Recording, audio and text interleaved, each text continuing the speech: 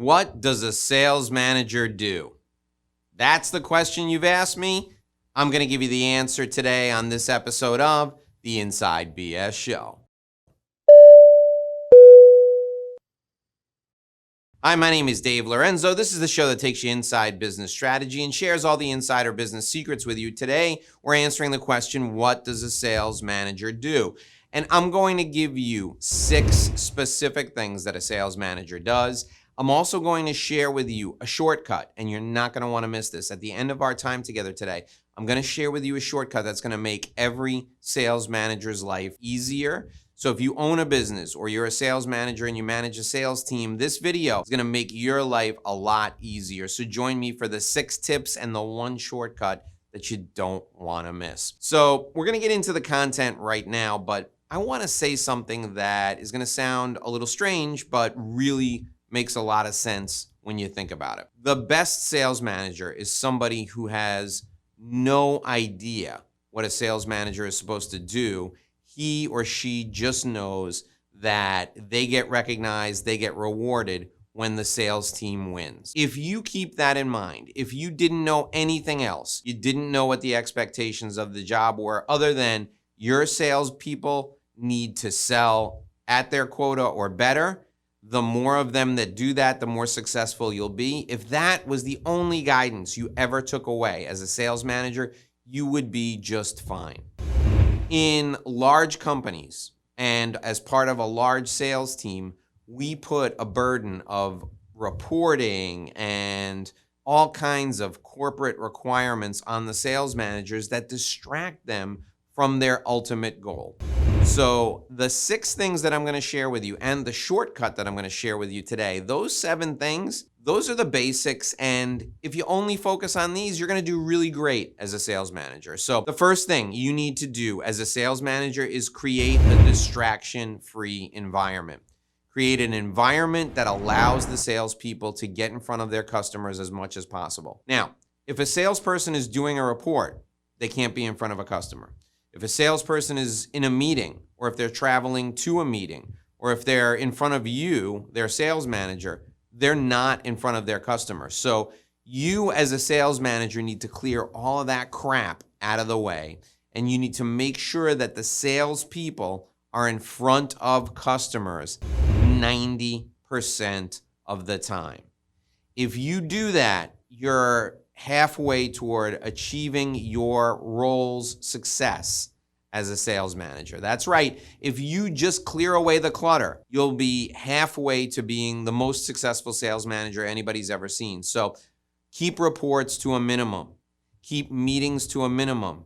Your job as a sales manager is to keep the sales team in front of their clients as quickly as you can, as often as you can. The second thing you should do as a sales manager is provide a system for your sales team so that they know they're on track. How do I know that I'm going to close a deal? Well, if I've identified my ideal customer and then I've targeted them and they've opted in to receive more information from me, and then I follow up and they're qualified and I help them solve a problem, I know I'm going to close them. I know that's a deal that's going to work.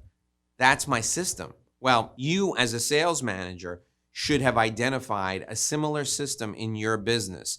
And you have to share that system with all of your salespeople. Why is it important? So they know where they stand. If you said to your sales team, how many deals are you going to close this month? They could look at the system and say, okay, I've got 15 people at the 80% mark of the system. I'm going to close 12 of those 15, definitely. So I can close at least 12 deals this month. They can say it with confidence because they know where they are in the system. So you as a sales manager must provide a system for your sales team. And that's where my special offer comes in. That's where I told you there was a secret. This is the secret. The system is the secret. I'm going to give you my system. You can take my system, use it with your sales team. You as a sales manager are going to be phenomenally successful if you do. Here's what you have to do.